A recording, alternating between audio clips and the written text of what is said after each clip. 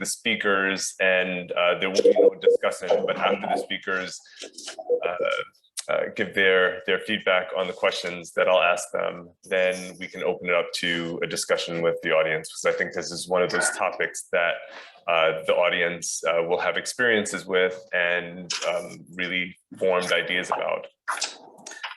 So I'll introduce the topic a bit, and then I'm going to introduce the speakers, and we'll then begin with our first speaker, who is on Zoom, Karola Fings. But so the topic of combating academic anti-Gypsyism and anti-Romani racism is multifaceted, but some of the things that are at stake we can probably imagine. One of those things is the production of knowledge. And of course, we can think about how knowledge comes from various places, not only from within the academy, but the production of knowledge based on experience, based on theoretical research, based on community activism. All of these types of knowledge are valid and produced by people who are real, living in the world within power dynamics. And the production of that knowledge is a part of negotiating power in institutions. So the production of knowledge in terms of the content, also thought leadership. So how do we envision the leadership of a particular academic tradition or critical investigation, the linking of academics with practice, and how those who have stories and have experiences should be in control of being able to tell those stories. So what is that? How does that translate into academic forms of anti-Gypsyism and anti-Romani racism? And the wider change of material conditions. So what does it mean not to have certain groups represented in institutions, not only in terms of their own personal representation, but as a part of established institutions that are resourced and empowered to make certain interventions in social life, in academia and beyond. So those are big stakes and big questions, and I think our speakers will be able to reflect on how some of those questions illuminate their own experiences and their own work. So I'll give the biographies of the speakers briefly, and then I'll give the few questions that we've generated as a part of this panel, and then I'll turn it over to the speakers. First, we'll hear from Dr. Karola Fings. Karola Fings is a historian and deputy director of the National Socialist Documentation Center in the city of Cologne. She earned her doctorate at the Heinrich Heine University in Düsseldorf with a study about the system of concentration camps. Then we will hear from Matache, who is a scholar from Romania, director of the FXB Center for Health and Human Rights Roma program, and a Harvard instructor. Her research and teaching is focused on the history and manifestations of anti-Roma racism, as well as the global history of race and racism. Then third, we will hear from, third is going to be Dezso Mate, right? I'm getting the order right, I hope. Dezso has a PhD in interdisciplinary sociology from Eötvös Loránd University, and currently is a postdoctoral researcher in the Institute for Advanced Study and the Humanities, das Kulturwissenschaftliches Institut Essen, and continues his work in the situation of Romani people in Europe and anti-Roma racism, with special focus on LGBTQ+ rights. And finally, we'll hear from Marko Stenroos, who received a PhD in 2020 from the Helsinki University in Cultural and Social Anthropology. His study covers the implementation of the national Roma policy. Currently, he's working at developing the new Finnish national policy on Roma up to 2030. So that's the order of the speakers. And the questions that the speakers have been asked to think about include, so they might not talk about all of these questions, but each will speak for about 15 minutes and then we'll have a discussion. What are the main forms and manifestations of academic anti-Gypsyism and anti-Roma racism? how can these structures be challenged? How can the structures that support these forms of racism be challenged? Who are the main allies in terms of challenging these forms of anti-Gypsyism and anti-Roma racism? What have been some of the main achievements in this fight against this type of exclusion? What are the potentials and limitations of transnational cooperation? And what are some practical steps for individual academics and institutions to actually combat these forms of racism? So those are some broad questions. And now I'll turn it over to Dr. Karola Fings to start us off with some reflections. Yes, hello everybody. Thank you very much for the invitation to this important conference. And I feel very sorry that I can't be there in presence and only can take part here on Zoom. But I enjoy it very much to discuss with you about these topics. First, Eddie, let me correct a certain issue of my vita. I'm no longer in Cologne at the Documentation Center. Since 2020, I work at the Heidelberg University at the Research Center on Anti-Gypsyism. And I lead there a huge project. It's an encyclopedia about the Nazi genocide of Sinti and Roma in Europe. This is my occupation at the moment and for the following years. I read your questions and then I thought it would be good if I just go and share the analysis and recommendations of the German Independent Commission on Anti-Gypsyism. I was a part of this commission. This commission was established by the government of the Federal Republic of Germany in 2019 and consisted of 11 members, including which has been widely criticized, only 3 members of the communities. And the commission submitted its report in June 2021. Unfortunately, it's not yet available in English, so that my input here might be definitely new information for all of you. The Commission devoted a chapter of its report to the topic of anti-Gypsyism in academia. This topic was particularly important to us because, as academics, the members of the Commission were very aware of the supporting role of science and research in the production and dissemination of racist knowledge. We devoted special attention to 3 points. First, the more than 200-year tradition of racism against Sinti and Roma in academia has not been overcome to this day.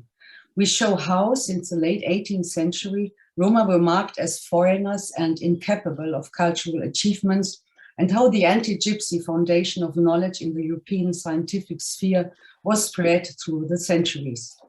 This resulted in, as you all know, far-reaching social exclusion and even historical crimes against humanity. The disturbing point is that these patterns of thought show an astonishing persistence up to the present. There are several reasons for this, and I will mention only a few here.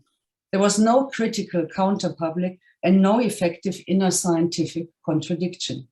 There was no respectful and equal relationship with the research. Scientists moved in a community of citation in which hegemony and dominance for what was designated as foreign were the basis of their own self-image. Secondly, the involvement of science in the genocide of the Sinti and Roma went largely unpunished and was hardly dealt with after 1945.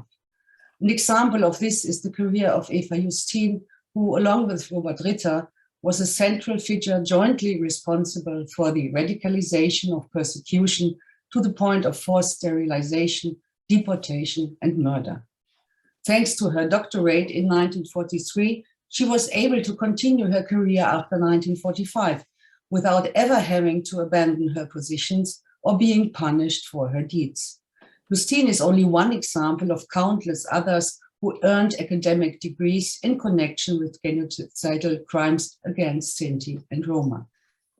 Thirdly, racist networks continued to exert great influence after 1945, adapting their concepts without departing from their paradigms. Here we show how in the Federal Republic, networks of racist academics secured their influence, not only in publishing, but also in advisory functions in politics and in state institutions as alleged experts. One of the first actions of the Independent Commission of Anti-Gypsyism in Germany was to rename the commission, because the government wanted to name us Independent Expert Commission. And due to this long-lasting, horrible tradition of experts, gypsy experts, we didn't want to have this word in our name. And we're thus able to continue the marginalization of Sinti and Roma even in the Democratic Federal Republic. We can by no means speak of a historical closed chapter, because the thought patterns in the tradition of racial hygiene are continued until today's human genetics, as Veronika Lippert and Mihai Strudo have recently shown. Therefore, we need a critical discourse on anti-Gypsyist knowledge production in academia. For this reason, the Commission, following the example of the critical ethnojournalist Katrin Remsma, has identified the following characteristics of anti-Gypsyist knowledge production in science and research and Sinti and Roma. First, uncritical recourse is made to early Tsiganological and/or racist publications. Second, communities and their members are homogeneous and under the racist concept of gypsies. Third, a rigid, strongly different and inferior culture of Sinti and Roma is claimed. Fourth, social issues are ethnicized and culturalized. Precarious life situations are romanticized. 5, attempts are made to delegitimize, deprive, or criminalize self-organizations or individual spokespersons of Sinti and Roma. 6, the relevance of racist social structures is negated. Research approaches critical of racism are rejected, or the genocide is denied. 7, scientific and research ethics and data protection are neglected, and the perspectives of those being researched are marginalized. Now I would like to present some of the recommendations. Am I in time, Eddie? Yes, you have 6 minutes left. Oh, great! This will be enough. So finally, the Commission calls for a change of perspective and paradigm in science and research. To this end, it has presented numerous recommendations, and I will only mention a few here. The first field is related for a reprisal and a change of perspective in science. The Ministry of Education is recommended to provide targeted and comprehensive support for Sinti and Roma in studies and science. It is recommended that the universities and other research institutions effectively and publicly come to investigate the work of Nazi perpetrators, as well as scientists who followed up on Nazi racial research on Sinti and Roma in the Federal Republic. This also includes the investigation and the possible revocation of academic titles. The second field is related to the strengthening of science critical of anti-Gypsyism. It is recommended that the Ministry of Education and Research, as well as other scientific funding institutions and foundations, A, establish funding lines for the investigation of anti-Gypsyism in academia in all disciplines, and B, exclude anti-Gypsyistic science and research from funding programs. For the review of applications with reference to Sinti and Roma, a group of reviewers should be formed who have relevant expertise critical of anti-Gypsyism. The development and implementation of a concept for the institutionalization of science and research critical of anti-Gypsyism in the German higher education system is recommended to the Science Council in agreement with the Federal Ministry of Education and Research. The inclusion of community-based expertise should be ensured in the conception. In the implementation, it should be ensured that positions are preferably filled by persons with their own experience of anti-Gypsyism. And the third field is related to adherence to and development of community-based research standards. The Commission calls for change of perspective with regard to scientific studies on Roma and Sinti. Theoretical and methodological approaches that anchor historically, critically, contextualize socio-politically, and reflect the entire research process and its results in a power and racism sensitive manner are to be strengthened. The specific racism against Sinti and Roma must be included in any research in its historical dimension and life world effects. The Commission also calls for the enforcement of compliance with the principle of informed consent and that of non-harming, as well as special data protection for all research and data collection on Sinti and Roma. Thank you very much.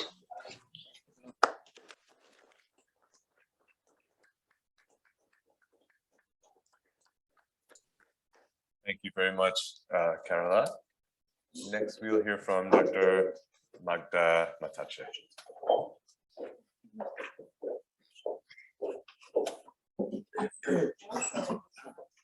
Yes.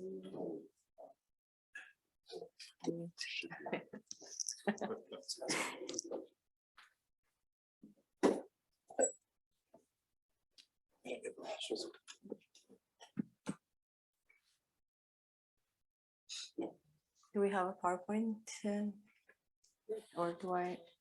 Yes.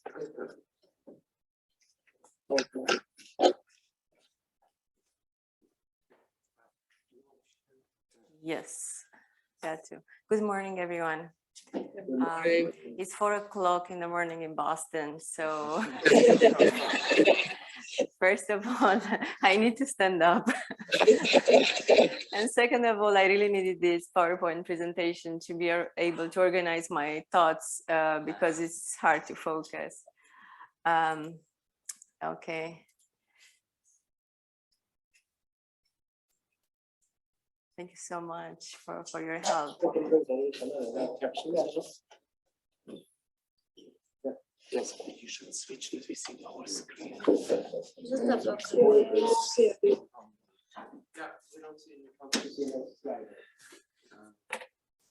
Are you? Yeah, spoiler alert. Nobody dies.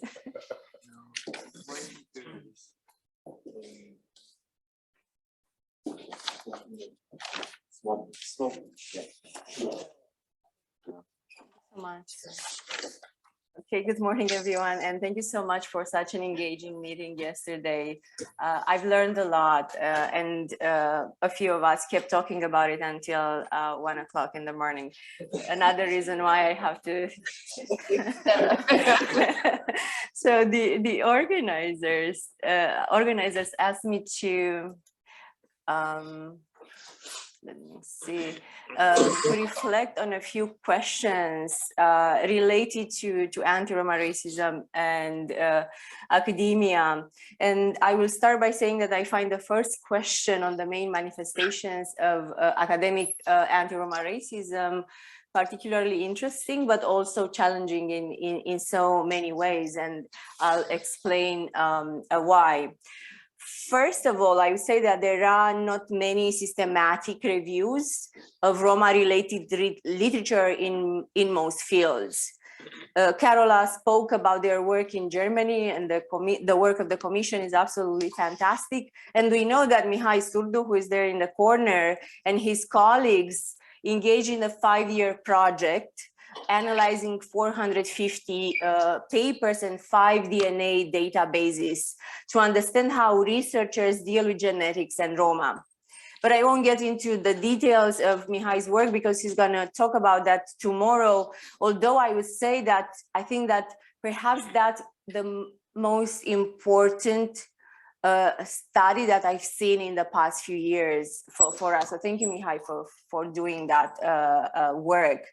But what I want to say is that we are yet to conduct similar reviews in political science, anthropology, sociology, and so on. And I dare you to do the anthropology part because I think that's going to be very interesting.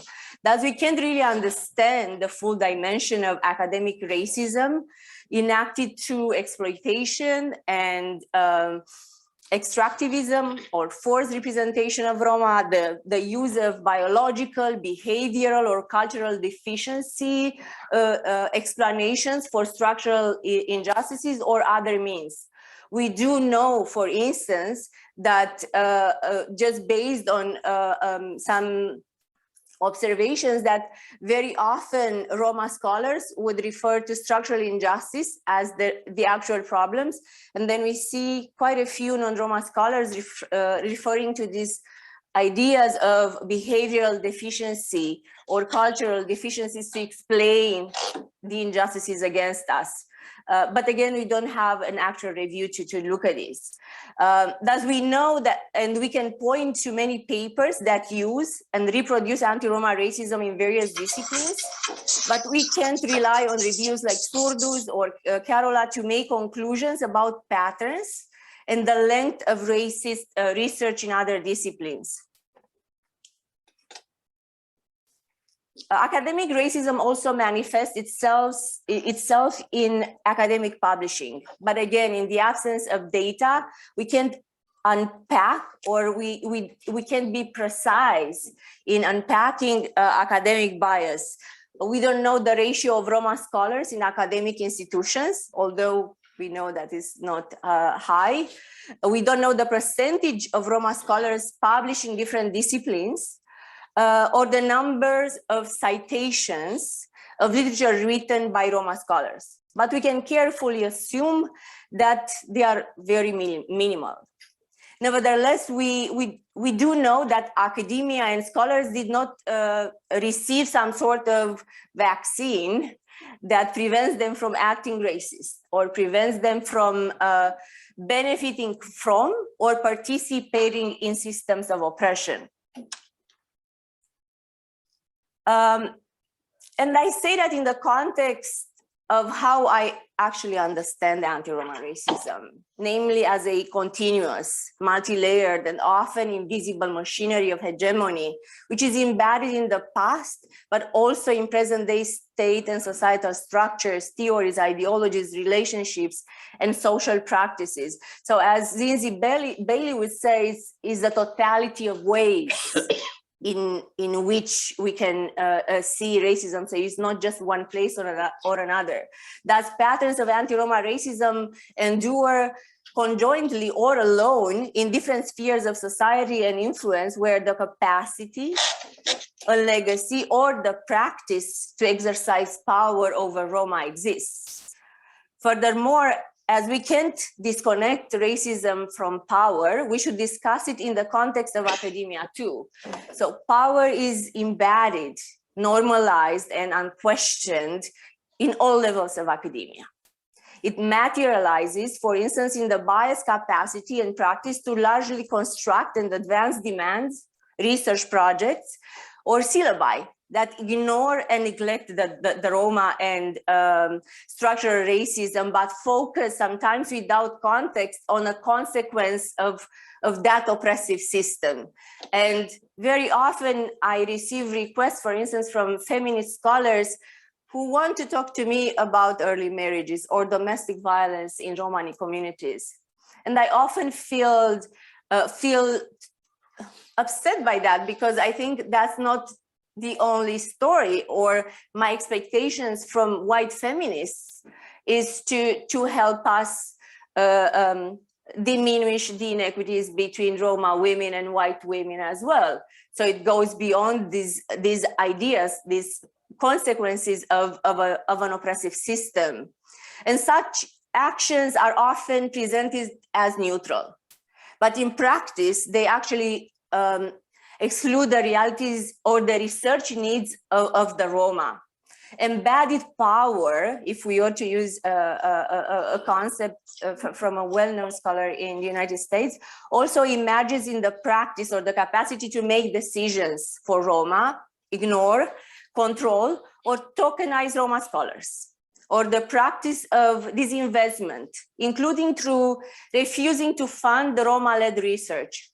And very often we see so much research implemented about Roma, so much funding about Roma, but very rarely we see Roma scholars engaged in these processes. So in this space, we often talk perhaps about the racist system, but more so, I think we are talking about a racialized academic environment. And perhaps we can talk a little bit more about that later on. I think that also we can't really ignore everyday racism or institutional racism and other structural obstacles that Roma scholars face in Gaggio-led academic institutions. But again, we need systematic studies of these experiences, because sometimes we talk among ourselves, but we haven't really had much research looking at these practices that can happen every day in the environment space, in the spaces where we all work and conduct research. Do I still have a little bit of time? Yes. 8 minutes. Oh, wow.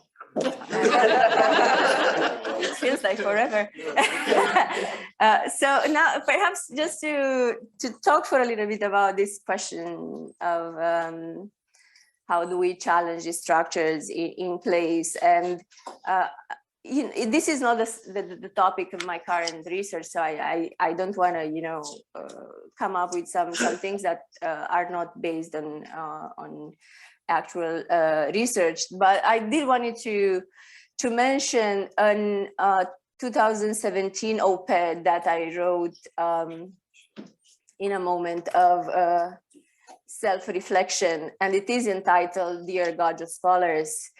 And in this op-ed, I suggested 10 concrete ways to challenge the structures in place, and I will only mention a few of them. And in parentheses, I would say that this op-ed, for some reasons, really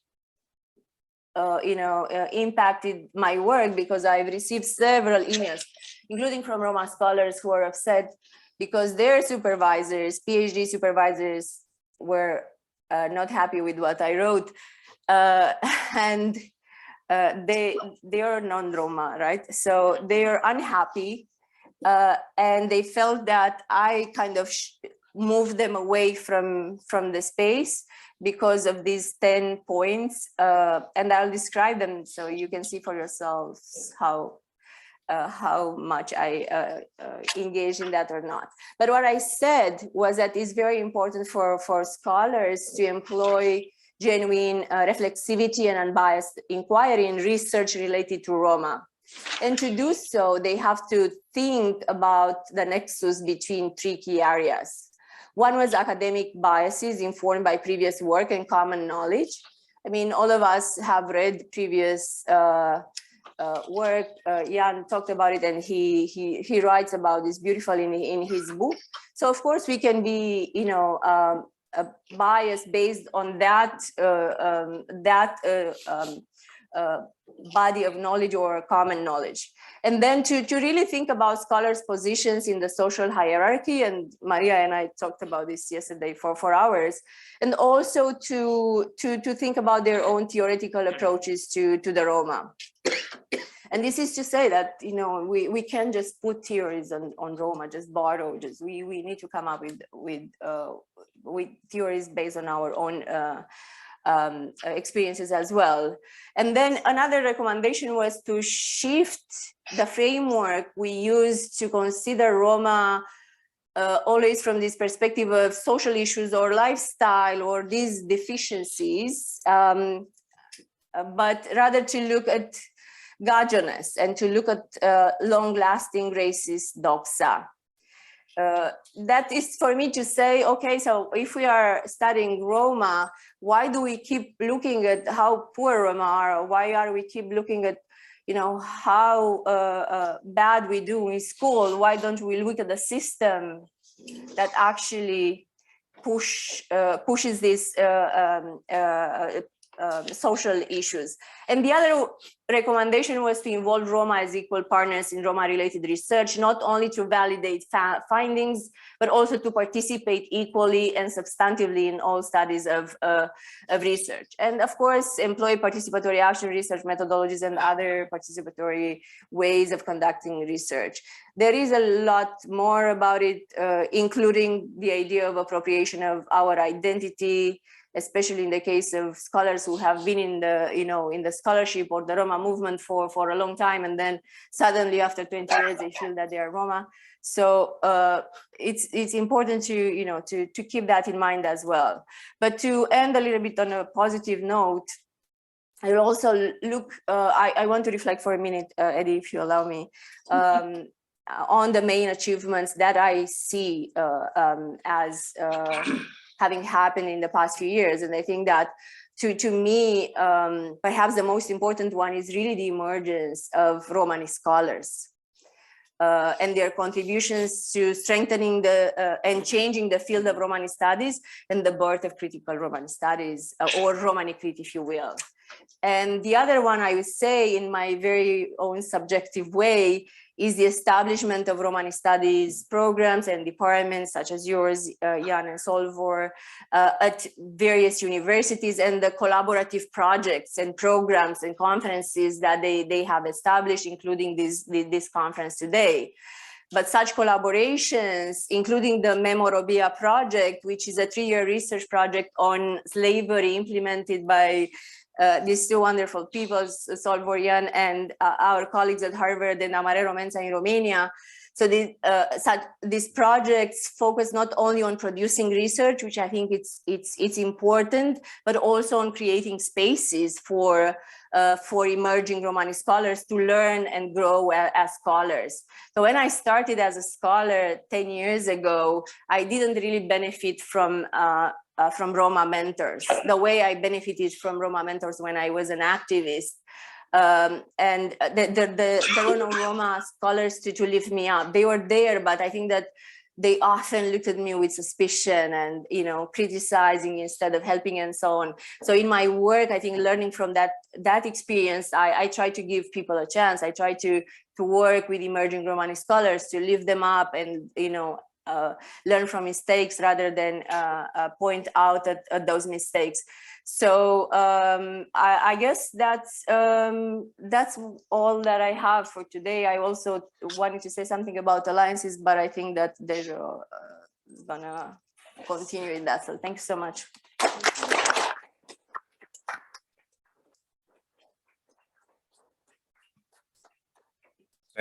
Thank you so much, Magda, and perfectly timed. Next, we'll hear from Dr. Dezso Matache. Yes, thank you very much, and thanks for having me. And yes, I will talk a bit about alliances and also about maybe the recognition. And at the end, I would like to reflect on the manifestation of anti-gypsyism in the academia. So I'm not gonna share my own experiences as how I was a subject of anti-gypsyism in the academia in different spaces and places, but over the 10 years, I was fired from few places. I would be hypocrite if I would not say if I wasn't fired because I was a critical gypsy. And not only me, but some of my colleagues, departments, they were vanished because of our critical voices. If I would say like critical, I mean, academic anti-gypsyism is existing on a very high level. It is existing, and on those institutions which are basically led by high academia and also by government as well. So it is a very risky and also we are not really warned of our criticism. Maybe let's say like what is the line? What can we criticize and how can we criticize? What are the aim of our criticism? Because if we are too critical, then we just can lose our positions and jobs, not for 1 year or 2 years, forever. We can be totally vanished. This is one of the main form of anti-gypsyism, I guess. Like, even though, you know, yesterday I mentioned, like, we have a 10 kilo of papers, like diplomas in our bag, but nobody cares about that, because even though we are a paper nations, the gypsy diploma, it's much more or less as a Dezso BA. So I always say, like, even though, you know, we have I have a PhD, my PhD is not equal with the Dezso BA. So I'm not critical, I'm just maybe objective with that. You know, if there is a Dezso person who has a bachelor and applying for the same position, and I would apply with my PhD, I would not have the position and the job. The guy, the person with the bachelor, with the non-Roman identity would have and will have the position. So this is, I think, one of the main criticism and experiences, but let's talk about alliances a bit. So I prepared some sentences as well, and allow me to read it because of maybe self-protection as well. It is also our part of our identities, you know. So as previously we heard, like, the ideology of anti-gypsyism basically was generated by external non-Romani privileged discourses, mainly by cisgender, heterosexual and white men.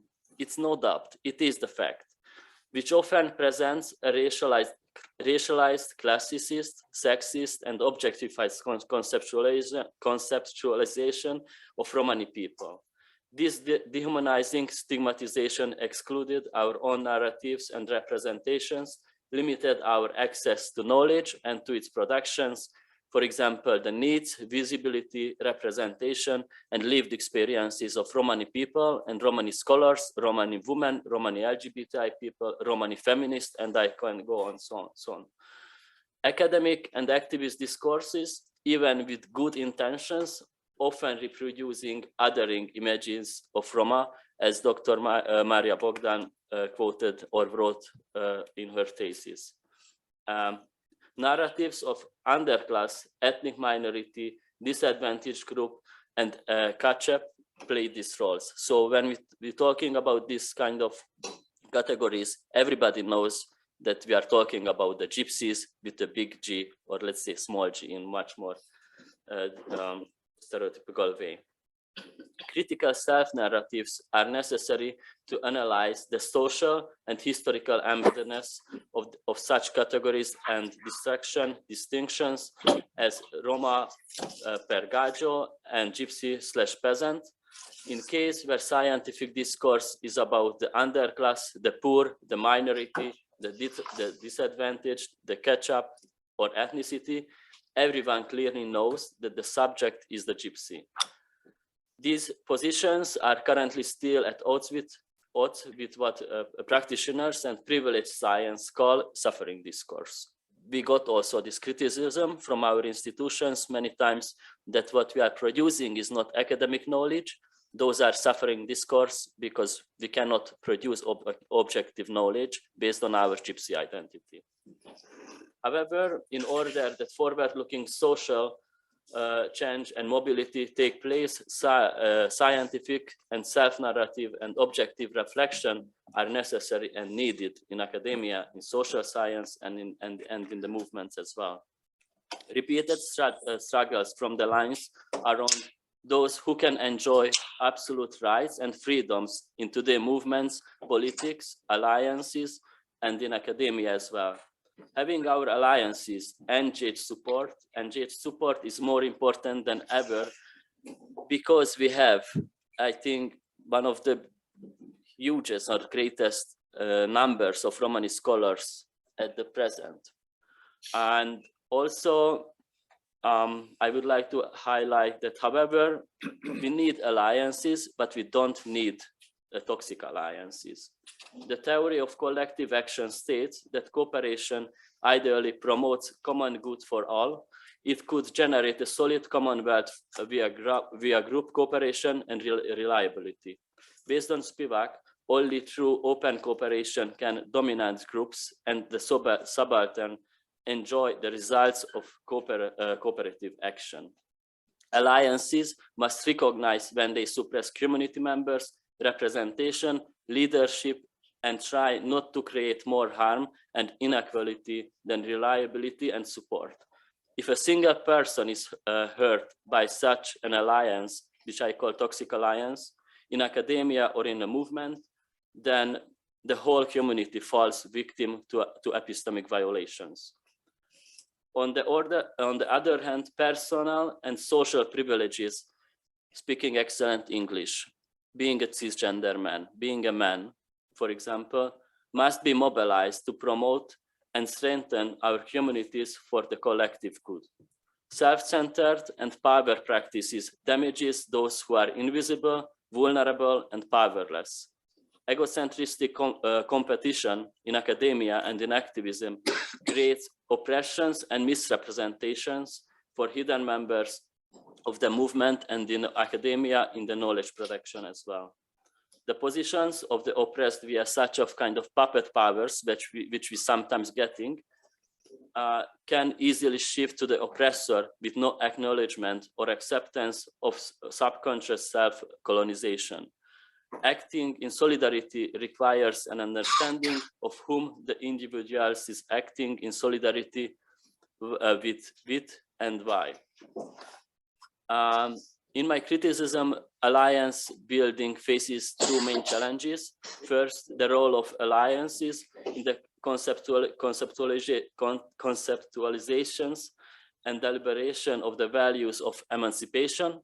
The second, the positions and power of alliances within the movement concerning issues of visibility and representation.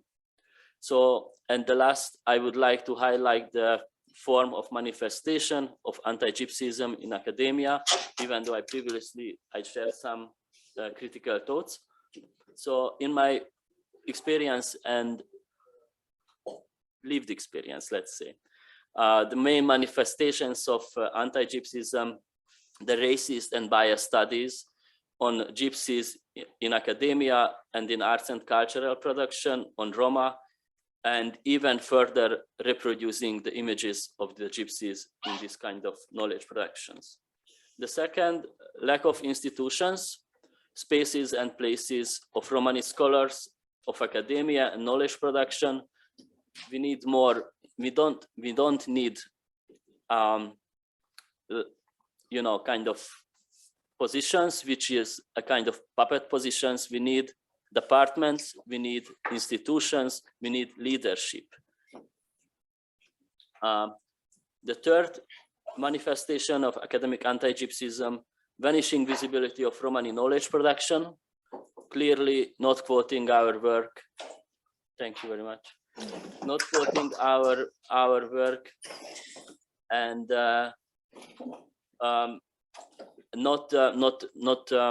so just, you know, vanishing our visibility and knowledge production. The fourth one, the hypocritic and toxic alliances, using Romani alliances, scholars to legitimize their own positions, theories, and institutions, and representation.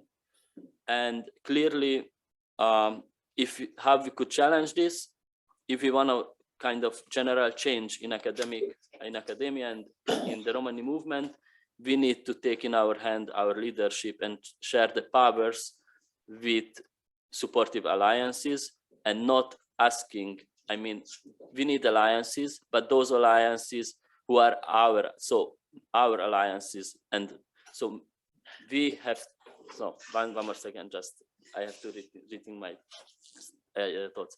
So in the case of alliances, they need us and not we need them, in my opinion.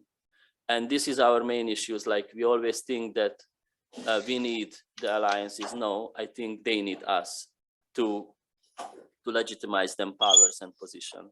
And so these are my critical thoughts, and thank you so much.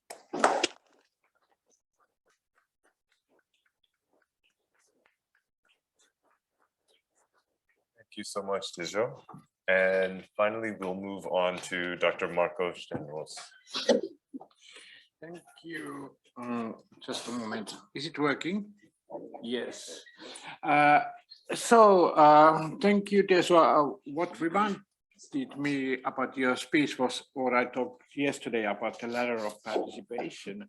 As we noticed that it also applies to the academia, like we talk about the tokenism and shared power. So we should also apply that kind of approach when we are studying the academia itself. What I'm going to speak to you today is mostly autoethnographic, because I love autoethnographic.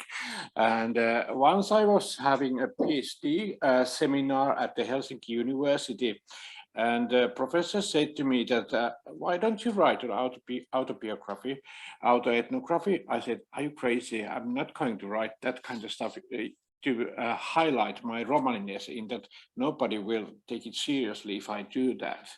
And that was the case when I started to think about really how I represent myself in my writings. So what I did now, a few months back, I wrote an article which is in press called Roma Scholars' Journey into Roma Studies in Finland. It will be published this year, hopefully. And there I examined how I was received in the academia. And I give you this kind of manifestation that are my own experiences. And the first thing which I want to start actually to say is that the Ombudsman of Children in Finland contacted me and asked me to join the steering group. And I said, yeah, of course, I will come and help you with that one, because they were studying Roma children and their rights, how they are fulfilled in Finland. And when they're talking about this discrimination and this kind of racism, I say to them that pay attention that the person you interview or you do this survey, they feel uncomfortable talking from that position which you underline the victimhood of there in the society. And remember that there is many social domains in which they work, and this kind of sort of in relation to culture world or in the bureaucratic world, it's just one domain. So try to keep in mind that this is uncomfortable situation to talk about your positionality as a victim, and it is uncomfortable today as well. So sorry if I am critical about this, but I don't feel nice talking about it, because I always think that, okay, I will find my way anyway, whatever it is, I find my way. So when I came here on Friday and I sit down with Jan, and Jan had his book on the table, and I opened it, and there was one sentence, and Jan also looked at me to, why you are reading so carefully? And there was a sentence that in Nordic countries, many of the Roma scholars are not involved in Roma studies. And I was like, hell, this is true. I'm not involved in the Roma studies at all. During the 6 years when I stayed in university, there were 3 or 4 projects on Roma studies. I was not involved any of them. Not any of them. How I did, I was managed to do my PhD was that I was employed to a project of youth studies. And this youth studies project was run by the person who is expert on human rights. And she knew how things are, and she offered me the place to work at the university, but I never worked for the Roma project in the university. So when I read that sentence in your book, I was like, God damn it, this is a really right thing. And I didn't want to think about it before, but when it was written down, it really hit me really hardly on the face. What also happened to me that now that I work with the ministries a lot, there was a person in the Ministry of Justice who is my Facebook friend, and I asked in the Facebook that should we have ethic codes for Roma research in Finland as well, because some people are preparing them. And they, I have many researchers in my Facebook also, so they started to discuss about it. So the person from the Ministry of Justice arranged a roundtable for us to talk about the ethics of Roma data collection and research. And that started from my Facebook update. So I kind of consider it as combating anti-gypsyism as well. When I bring it up, hey, let's talk about the ethics here a little bit. So what I did in this meeting with the different researcher and activists, I introduced critical Romani studies. I said that, look at this one, and how this is how they do in Europe and how they do in Sweden. Why don't we follow this? And now we will see later on what kind of outcomes will come from that roundtable. So that was a good point how I started to actually, when I moved out from the academia, when I moved out from the university, I get much more power than in the university. In the university, it was one individual who helped me, only one individual who helped.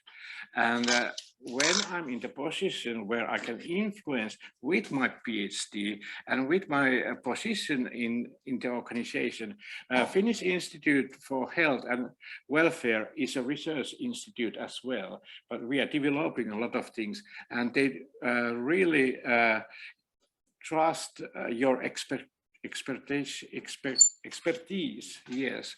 So in my team, it's called Immigration and Cultural Diversity, and we are really diverse, the team. So I feel at home in that group. So you try to find your place where you feel comfortable with.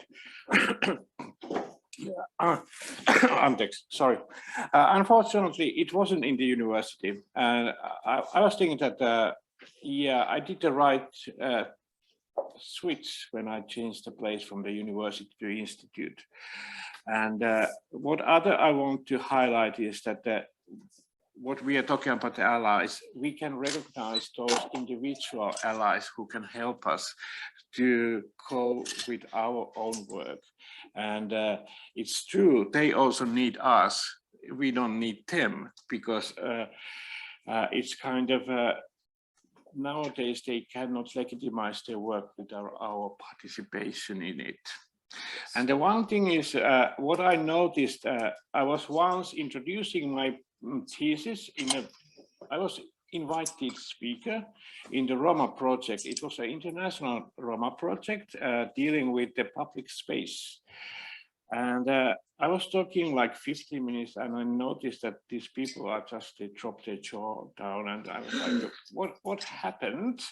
They couldn't, then I asked them, is this too dramatic for you, or am I scaring you somehow? They couldn't see from my perspective of those things, and they didn't understand what I'm talking about. And this kind of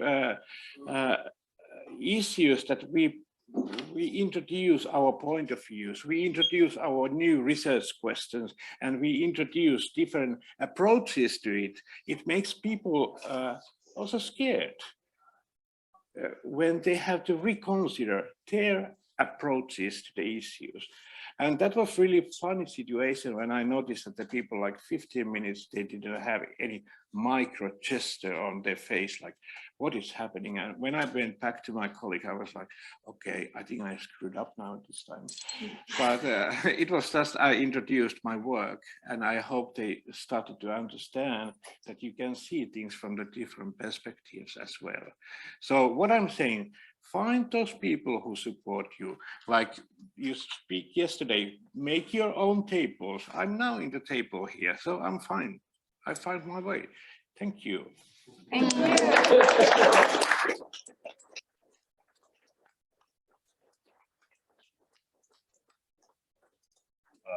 Thank you to all of our speakers. I think now we'll open up the conversation to the audience, and also you can ask one another questions, but we can maybe take a round of questions.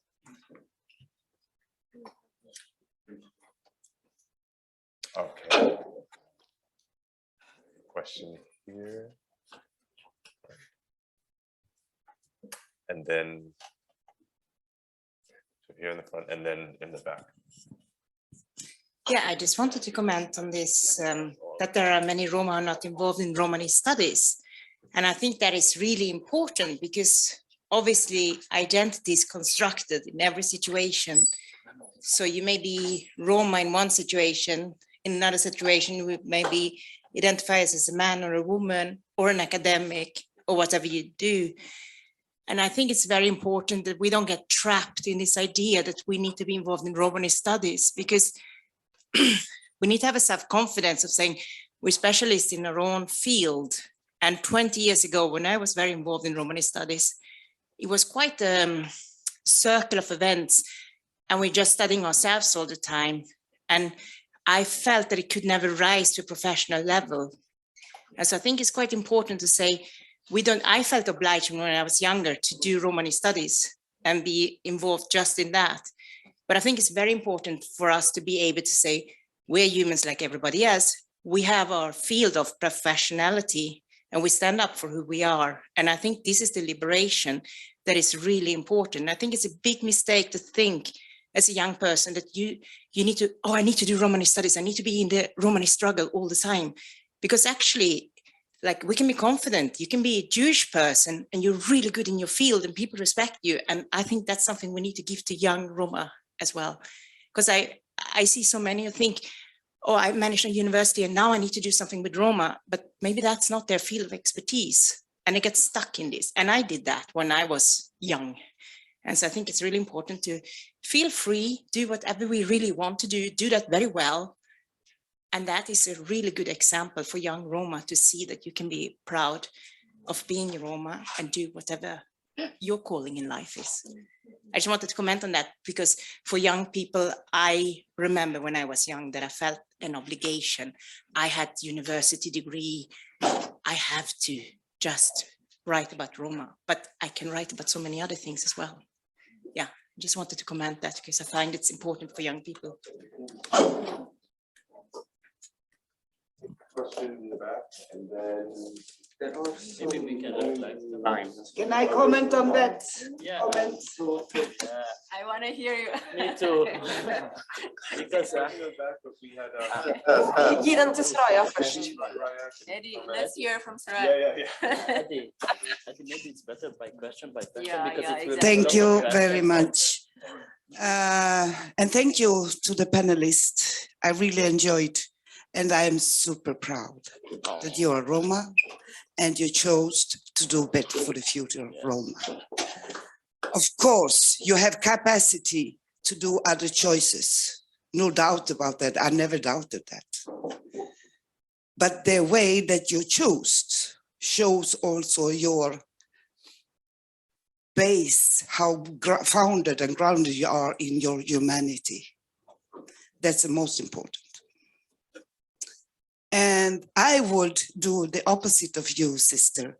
I would encourage all Roma to go to be Romani scholars, to do like this, because their work is so important for me as a non-scholar, as a politician, as a human rights defender. I mean, nobody ever did it before because nobody never cared, even though they did have the capacity. But what does it help with capacity if you don't have the courage or will, if you are blocked in your unintentional anti-gypsies, maybe? Sorry, but I love what you are doing. So please go on. And to all of your young Roman scholars, of course you can do other things. But if you want to do for the bigger work for our community, please use your intelligence for that.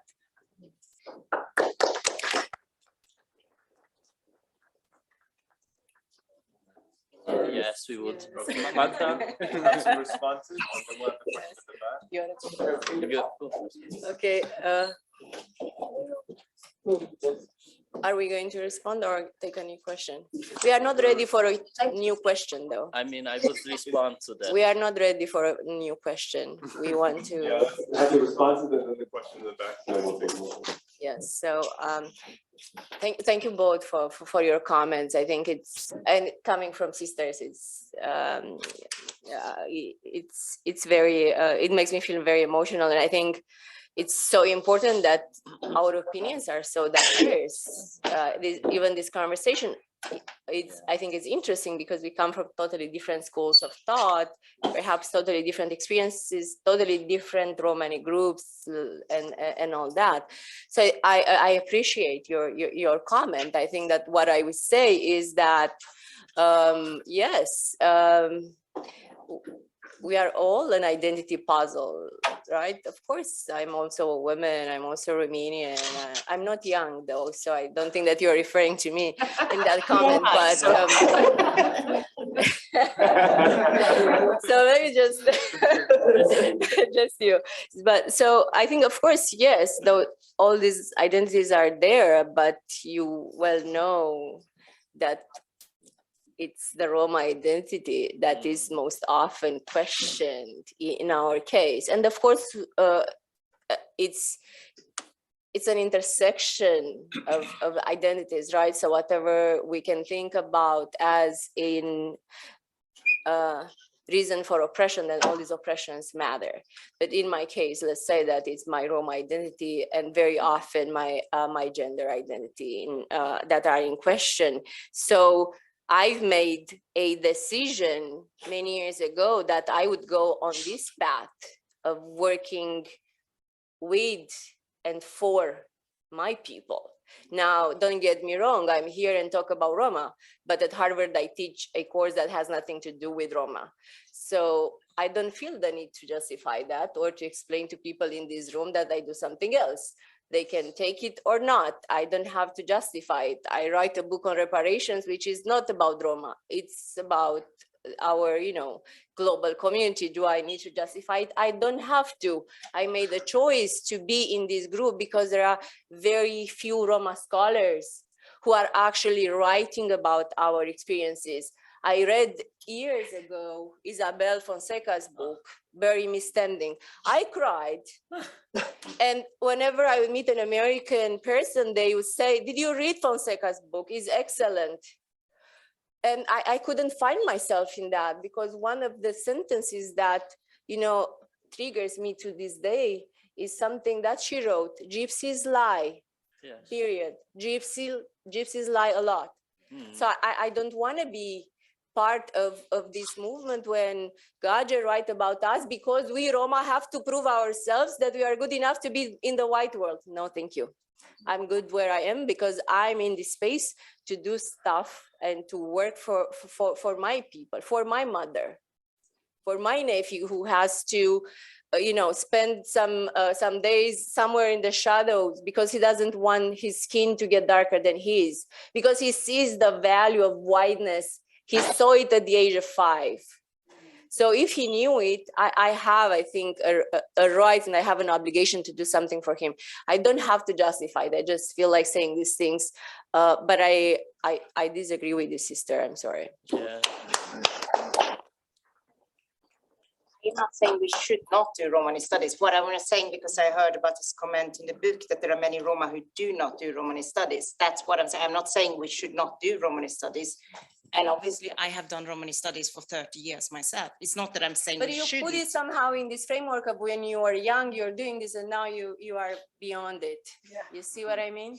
What I'm saying is that I think it's really important for us to be able, like everybody else, to have an identity in whatever we want to do and whatever we do well. So say you're a goldsmith and I am a Roma and I'm a good goldsmith. Yeah. That is a very good thing for the Roma community. And I see many young people now who feel that, even my son, for example, who's now beginning his career, that he has to do Romani studies because he feels like I fully agree with you. No, yes, I fully agree with you that we have to do whatever we want to do, but don't judge us No, I that am we not chose judging it. this path Please don't as misunderstand me. being a path, you know, that narrows somehow our No. careers. Obviously, I'm not Um, judging you. I am just trying to say to young people that we must be as free as everybody else to do whatever our calling is. They are free, they have agency to decide. I don't know. I will try to bridge because this is something we have thought about a lot when arranging this conference, and the task or the mission for our Department of Critical Romani Studies is to open up the doors for all Roma to have access to higher education. That's the goal as such. And then it should be possible to do to focus on Roma issues within the research, but that is one goal as such. If you then study medicine, technology, whatever. Yes, and this is also, we have invited Romani students from all over Sweden.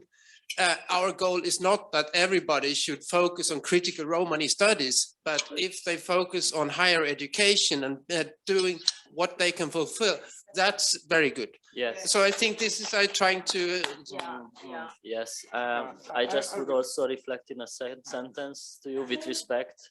I accept. I'm hearing you, but maybe I'm disagreeing with you because basically yesterday I said like whatever we say because of our identities became politicized, and all our words, all our sentences are social responsibility as well. So our work not only academic knowledge production, but also social responsibility, identity politics for now and for the future generations as well. And we had a great, huge discussion years ago. I was part of Romani scholarship NGO called Roma Versitas. And then we had this discussion as a young students that should we do Romani studies, should we be involved in the Romani studies? And there were engineers, medical doctors, different fields, people who studied in different fields. And basically we just came to conclusions. So there is a friend of mine who is an architect. And she said like, whatever I do, because I'm an architect, she's projecting different buildings and objects, and she said like, even though I'm doing no directly Romani studies, but if I'm projecting, or I'm planning a school or an orphan home or whatever, this will be for Romani people. That will be that project will be for the people who are disadvantaged, and so on and so on. So we don't have to directly studying or being, you know, involved in the Romani studies, but because of our identities and our core critical thoughts, we are social responsible. And I mean, this is what you said. I'm sorry for telling this. This is identity denial in this, in that case a bit.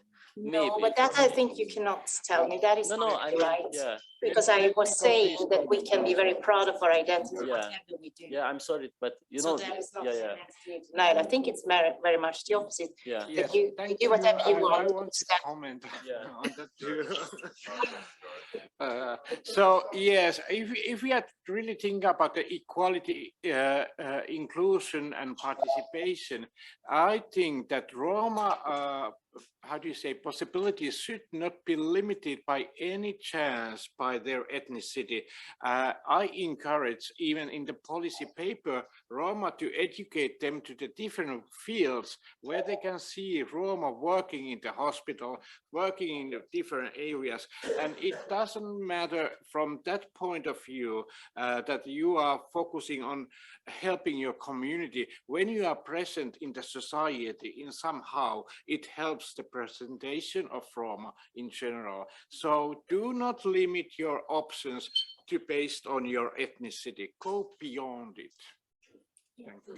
But who says we do? I as a Roma, in my family, nobody told me that I was limited because of my, how to say like this, but I was always heard by others. My, who spoke about and challenged my intelligence or my possibilities. I was limited because of anti-gypsyism, not because of me or my intelligence or my art or whatever. This is a real truth. Yeah. Yeah. I'm a little bit frustrated. No, this is. It's good. No, this is- We have to have all of it. We have to have all of it. Not only. Yeah. Yeah. Yeah, I mean, let's move on to the question in the back. No, not yet.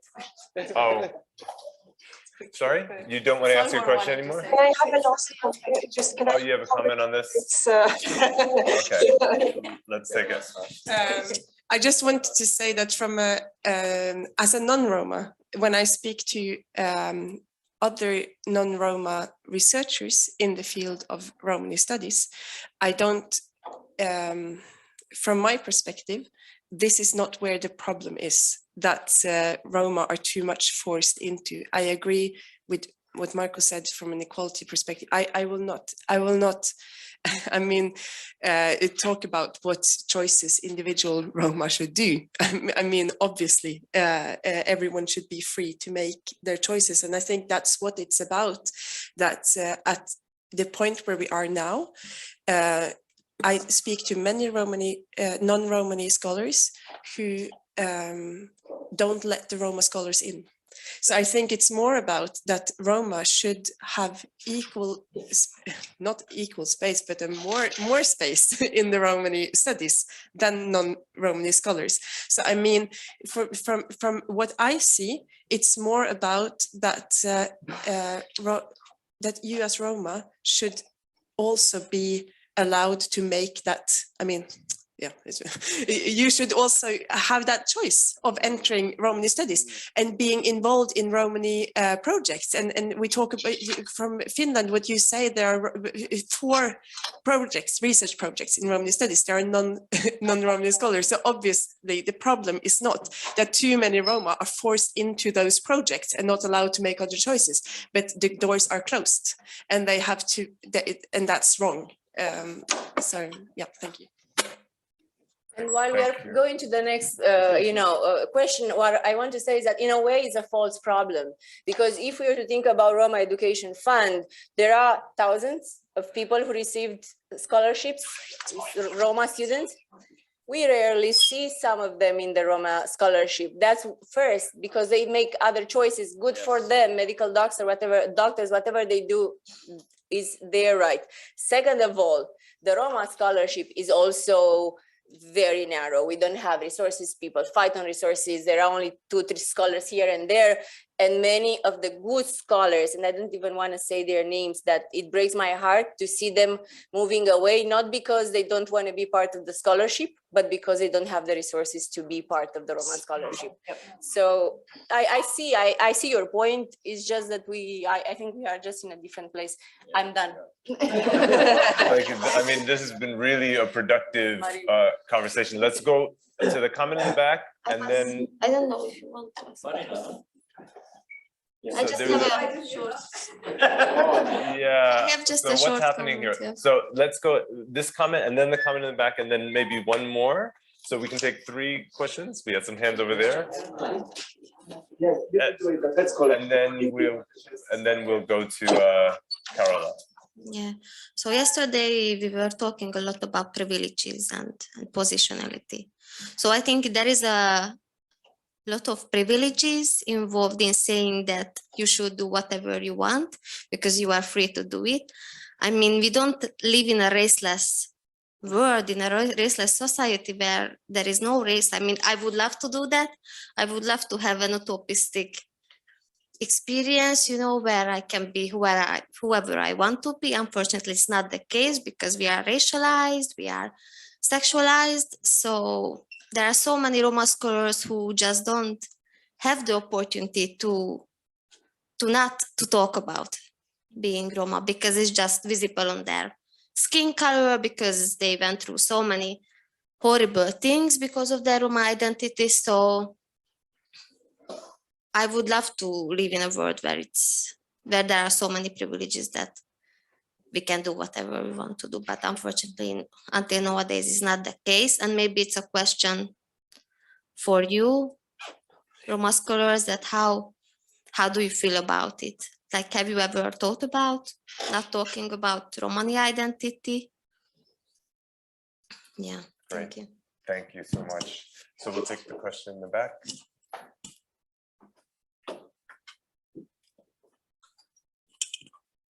Thank you. If it's completely different from the discussion and I don't want to take away from it. So if everyone would rather continue on this path, it's totally fine. So why don't yeah. you go with your question? Okay. So I wanted to say that when I think about the systemic and structural injustice in the world, I often get really cynical and I lose my drive. I find myself feeling useless. And I wanted to ask, how do we transmit all these things you talked about, like the need for alliances, the need to challenge structures, basically all the work that we do here in our ivory tower, because we've been talking about all these things we can do with our education, right? How do we transmit this work to the general public? Isn't it our responsibility to do it? And yeah, just thoughts and food for thought, I guess. I don't want an exact answer, but I wonder about this a lot. Thank you. That's a really good question. And then we had two hands on this side that we can collect before going back to the panelists. Yeah. So I just want to say as a comment due to what Soraya was saying, and I think also from my own perspective as a young Roma student, we already know our possibilities to choose whatever we want to choose, to go in school or to do work for whatever reason that we want to follow. But as a young Roma woman, I see no wrongs that other older Roma people encourage us to follow this path. Because we, like me, myself, for my children, I want to fight for their rights. So this is still a common issue.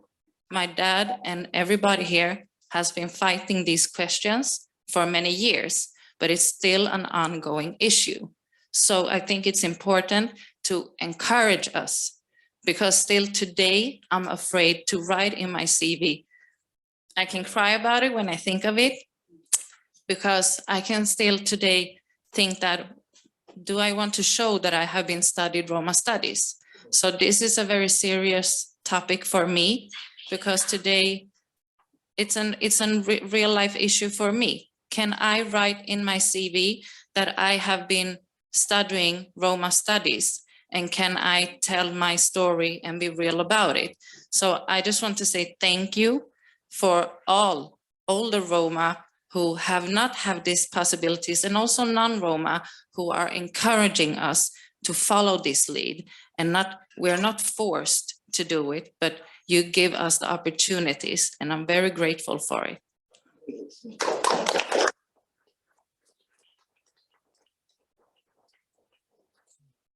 So I will diverge the attention towards the research a little bit that has been presented, because I was curious a little bit about the anti-gypsyism in academia from the perspective of a researcher. I think that the work that you presented is really important. First, I will give my comment because of the fact that for many years, I think maybe we can discuss this aspect. A form of anti-gypsyism is also the lack of the resources that you are actually fighting for, to establish in different fields what has been done so far, so that we are able to make generalizations, or I don't want to generalize, but I think we need proof of existing anti-gypsyism, because as Romani scholars, we are confronted every time with the same comment on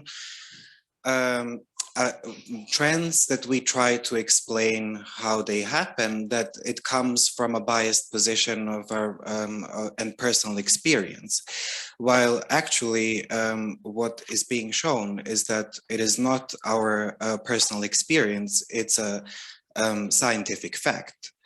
That is why I think all of these aspects are extremely important, and to create this picture to create a general mapping of what was done, so that the future generations will also be able to say, okay, there is research on this, and we can say that it was not a trend, but that it was a scientific fact. That is one thing, but how do you, I'm interested as someone who is a PhD student, how do you fight this? I'm quite sure that you have encountered it when you are actually facing this form of anti-gypsyism while presenting your research, which is basically like changing the topic over and over again from scientific facts that you're trying to present to personal experience that is trying to, how do you say, downplay actually of how severe anti-gypsyism in academia is.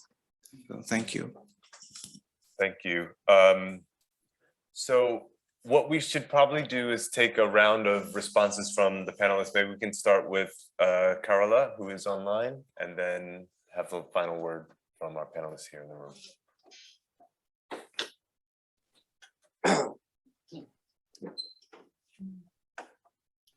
Yes, I think it was a very vivid discussion with a lot of different perspectives. The work we did in the commission might be one way for a country to put certain paradigms on the country level and to make more pressure for this topic. I think we here really need very broad initiatives in different fields, and especially in the ministries and politics. And also we have to challenge the universities to change their perspective, and in the end to start with the research on the racist publications and careers that took place at universities. And this could be also a very important starting point. And I also would recommend that there are some symbolic questions, topics, and people that might be addressed on a first step. As I pointed out, Eva Justine, we recommended to the Humboldt University to maybe to look at her doctorate and in the end to get it away from her. So this would be a very highly symbolic event, and if this happened, I think it had a very good impact, and would also stress the visibility and also the importance of this topic. Thank you, Karola. We'll move on to, would you like to go next, Marko? Yeah, what I started to think about was actually the video clip from Dr. Colin Clark in ERIAC teaching series, where he says that the critical turn in Romani studies also implicate about not need to go to the tables of those who doesn't let us to go there, or we don't have to just try to go there. We can create our own tables, and I want to emphasize that we can create our own tables. And the other thing is, what I want to emphasize is that there is always a way, so you don't give up, you do your things, what you feel passionate about, so you find your way of doing it. And of course you come up with different, or you face with different obstacles, but you can always find a way out of it and go around of them. So I encourage, like with my example, I say that I'm really fine with the moment situation, how I am, even though I'm not like in the university or doing research full-time. And so I can find my place somewhere else. If I'm not accepted there, I go somewhere else. And that's my advice to all of you. Thank you.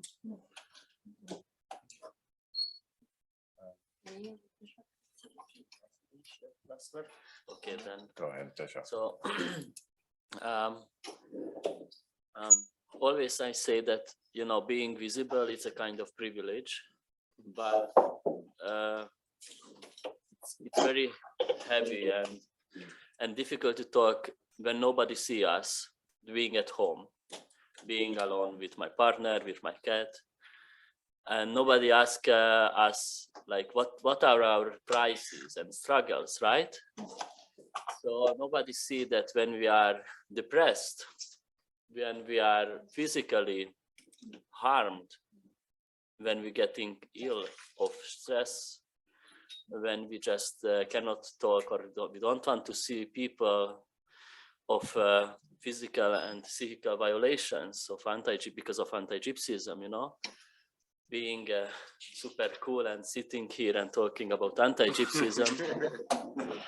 When I will go home, most probably I will close my door for a week, because it's very heavy to talk about this.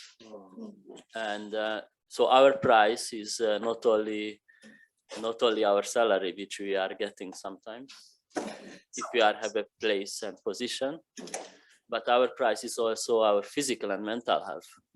This, I think, it also should be into account, like being a Romani and Romani scholars, Romani LGBTI people, it's a very demanding position. And reflecting to Marina, so like I believe like our identity, my identity is based of my academic work. I cannot separate that. I don't want to separate that, never, because I think that is our power, our resource, and that can change the scholarship in academia. And thanks so much for sharing your, I don't know your name, but thank you so much for sharing your words. It was very encouraging, and thanks that you are open about this. And I would say, like, just go for it. If no, some people just don't want to hear and don't want to accept your identity, it's them problem, not your. You must be proud of your identities, being a Roma, being a woman, being preferences. Those are privileges, actually. If someone thinks that those are not privileges, that is the person issues. And I always start by CV, like, I'm a Romani LGBTI activist and scholar. If someone has a problem or issue with that, well, that is the person issues, not mine. Thank you. Marinka and Marina, thank you so much for your words. I think you give us hope, and I'm not just saying that. You know, I really feel it. And Marina, you know that I've kept an interest in your work, and Marinka, we are both here. Who is she? We want to learn more about her. So we'll stop you for a little bit after. But just to reflect a little bit on this question, Marina, about not talking about our identity and even having that option, which I think you rightfully pointed to, in a sense that very often, even if we want to get out of that space, especially in the countries where we come from, it's actually hard to have to have that to make that choice. But I think that in my case, and I hope that my boss is not watching, several times I've thought about shifting from Harvard to another university, given that it's very hard at Harvard to get tenure track, and my course evaluations are very good. So I was thinking that, with this in hand, this is power resource. I can go to another university, and I started to look for jobs, and I keep finding these positions that were interesting. And then when I was thinking to apply, then my heart felt like drinking. Because the first thought that came to my mind was like, so am I going to give up my Roma work because at Harvard I have the flexibility, the time to do whatever I want, but then in another place I would probably have to teach 3 courses, do research on whatever topics they would want me to. And I always felt like taking a step back, because I think that this is my life. It doesn't have to be the life of everyone, but it is my life, and I accept it as it is. And then on this point of lack of resources and systematic reviews. I think you're so right, and this is the reason why I mentioned Mihai Surdu's paper, because it was published in Nature. So once you publish a paper there showing very clear patterns of racism in research, that nobody can take that away from you. But I don't know if Mihai will talk about this tomorrow, but they took like 3 or 5 years to actually work on that project, and they have a huge team. So I can't even imagine how much money they needed for that. I don't have that resources at Harvard. I've never had, because there is no interest in Roma related research there in terms of funding. But I think that I would love to do a review of anthropology. I think that's really one of the main disciplines where that somehow, embody these ideas of the racialized Roma. And I would love to do that, but I can't. Yet I do write a little bit about it using some examples from various books that have been published. And I don't stay away from telling my story. I don't like this me conversation. But perhaps having been in the United States for 10 years now, I'm more, willing in this American style to share stories, especially when I think that they can help. So it's a very strategic choice. And I also am very careful about what I choose to share, but it's always strategic. I have something in mind when I share it, because I know it could improve my my argument. But that's also, again, a very personal choice. But I agree with you. We need resources. We need money to do all the things that we want to do. And I don't know where we can get that from, because we don't have power resources. And that's a very specific aspect of anti-Roma racism. Thank you so much, Magda. And thank